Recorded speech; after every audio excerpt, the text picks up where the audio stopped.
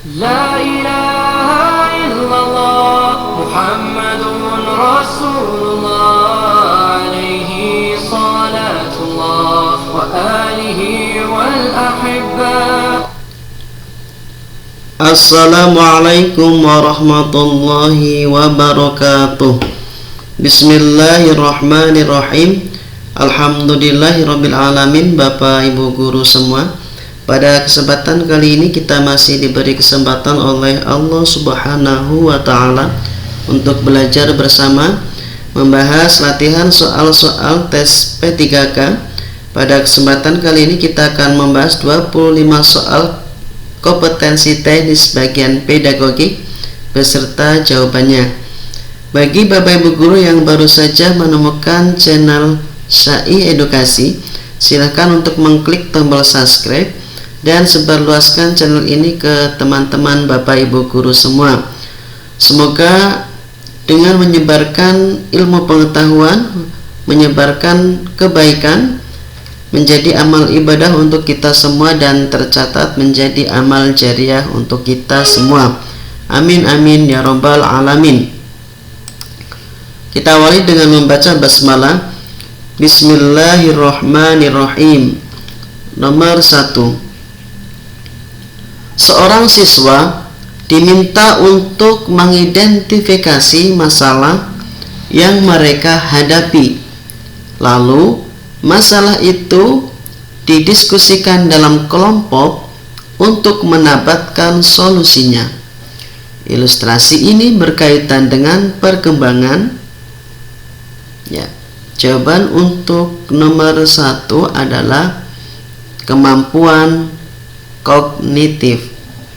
Lanjut ke nomor 2. Pernyataan berikut yang menjelaskan makna istilah kognitif adalah. Jawaban untuk nomor 2 adalah kemampuan untuk memecahkan masalah. Lanjut ke nomor 2. Kemampuan berpikir untuk mengoperasikan kaidah-kaidah logika tapi masih terkait dengan objek-objek bersifat konkret merupakan ciri-ciri kemampuan anak berusia. Jawaban untuk nomor 2 adalah 7 sampai 11 atau 12 tahun. Lanjut ke nomor 3. Menggunakan potongan sapu lidi, kelereng, gelebe, gambar-gambar yang menyangkut pembelajaran IPA serta IPS sebagai media adalah sesuai dengan tahapan perkembangan berpikir anak yang dikenal sebagai tahapan anak memahami bilangan dan angka tetapi masih terkait dengan objek bersifat konkret, otomatis operasional konkret. Lanjut ke nomor 4. Kemampuan peserta didik untuk membina hubungan dan kemampuan memotivasi diri termasuk kecerdasan emosional. Lanjut ke nomor 5. Seorang peserta didik selalu ingin mendominasi dalam suatu kelompok belajar. Dia tidak memberi kesempatan anggota lain untuk mengemukakan pendapat. Jika teman lain yang memimpin dan mengendalikan jalannya diskusi, ia memisahkan diri dan cenderung belajar sendiri. Peserta didik tersebut mengalami permasalahan dalam perkembangan. Jawaban untuk nomor 5 adalah sosial emosional. Lanjut ke nomor 6. Peserta didik telah memiliki moralitas benar-benar diinternalisasikan dan tidak didasarkan pada standar-standar orang lain. Dia mengenal tindakan moral alternatif, menjajaki pilihan-pilihan, dan kemudian memutuskan berdasarkan suatu kode moral pribadi. Hal ini merupakan contoh perilaku moral spiritual pada tahapan. Silahkan dicermati pilihan jawabannya. Jawaban untuk nomor 6 adalah penalaran pasca konvensional. Lanjut ke nomor 7. Individu memandang apa yang diharapkan oleh keluarga, kelompok, masyarakat, dan bangsa, serta setia mendukung aturan sosial, bukan hanya untuk ketenangan tetapi disadari sebagai sesuatu yang berharga. Pernyataan tersebut merupakan tahapan perkembangan moral pasca konvensional. Lanjut ke nomor 8. Memaksimalkan kegiatan ekstrakurikuler, melakukan rekreasi dengan guru, dan melakukan kegiatan informal lainnya memiliki fungsi untuk mengatasi kesulitan belajar dalam hal. Silakan dicermati pilihan jawabannya.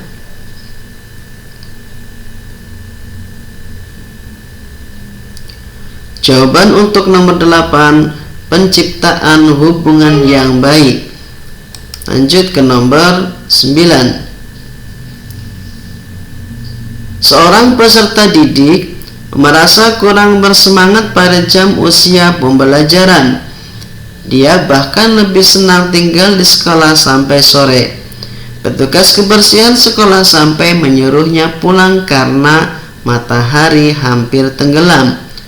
Peserta didik tersebut dicurigai memiliki hambatan pengembangan potensi berupa faktor. Jawaban untuk nomor 9 adalah keluarga dan lingkungan masyarakat. Lanjut ke nomor 10. Seorang peserta didik mampu mendengarkan informasi yang disampaikan oleh guru, tetapi pada saat ditanya, ia tidak mengerti apa yang ia dengar.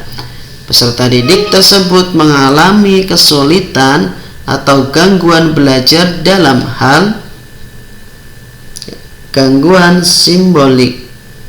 Lanjut ke nomor 11. Perbedaan antara konseling dan wawancara terletak pada maksud dan tujuannya. Tujuan konseling adalah membantu siswa agar dapat mengatasi kesulitan belajar.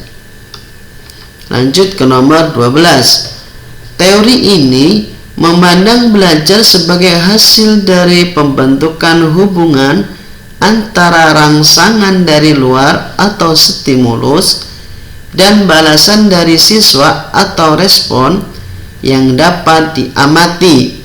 Semakin sering hubungan antara rangsangan dan balasan terjadi, maka akan semakin kuatlah hubungan keduanya. Teori belajar yang dimaksud adalah teori belajar behaviorisme. Lanjut ke nomor 13. Di dalam proses pembelajaran, para siswa dihadapkan dengan situasi di mana ia bebas untuk mengumpulkan data, membuat dugaan, mencoba, mencari dan menemukan keteraturan, menggeneralisasi atau menyusun rumus beserta bentuk umum, membuktikannya benar tidaknya dugaannya itu. Hal ini merupakan penerapan teori belajar. Jawaban untuk nomor 13 adalah konstruktivisme.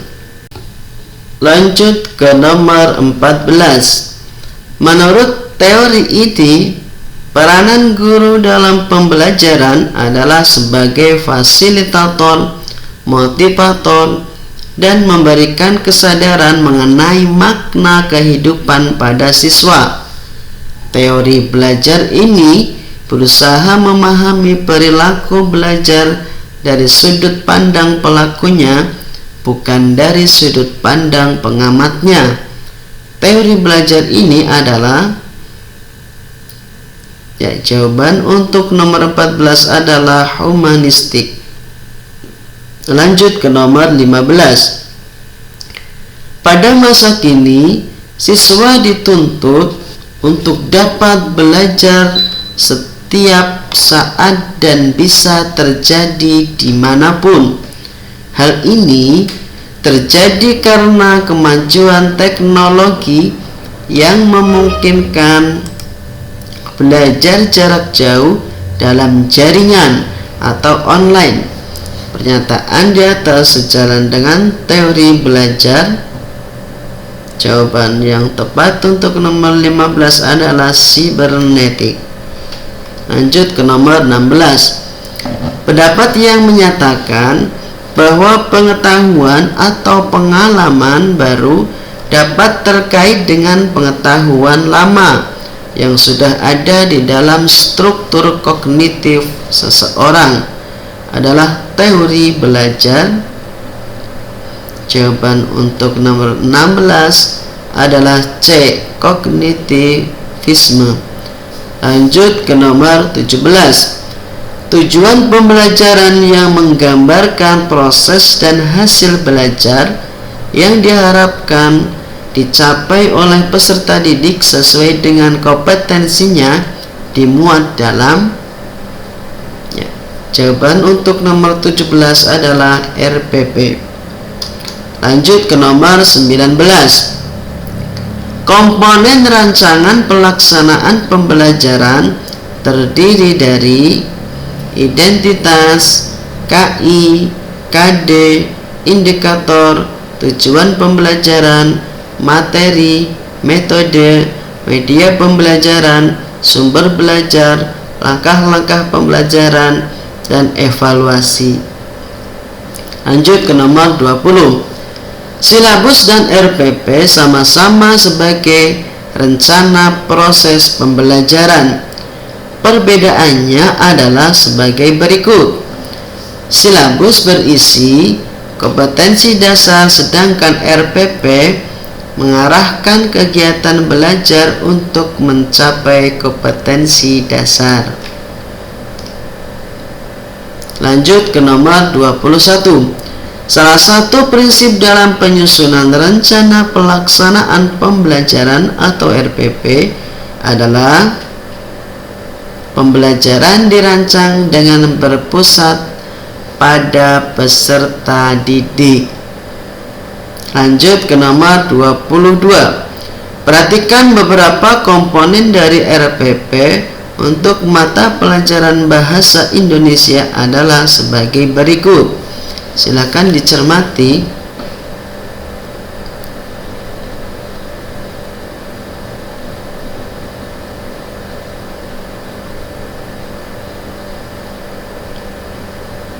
Jawaban untuk nomor 22 adalah D, keterkaitan dan keterpaduan.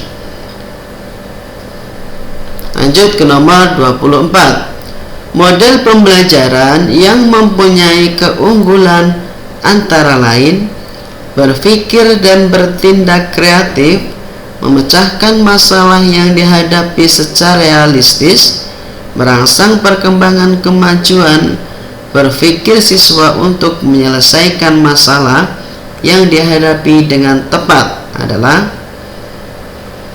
Jawaban untuk nomor 24 adalah problem solving. Lanjut ke nomor 25. Faktor yang penting dipertimbangkan guru dalam melaksanakan diskusi pemecahan masalah proses pembelajaran adalah rumusan masalah yang harus didiskusikan. Demikian pembahasan 25 soal. Semoga dapat bermanfaat, kurang lebihnya mohon maaf. Akhiru qauli, wassalamualaikum warahmatullahi wabarakatuh. Sampai jumpa di pembahasan soal selanjutnya.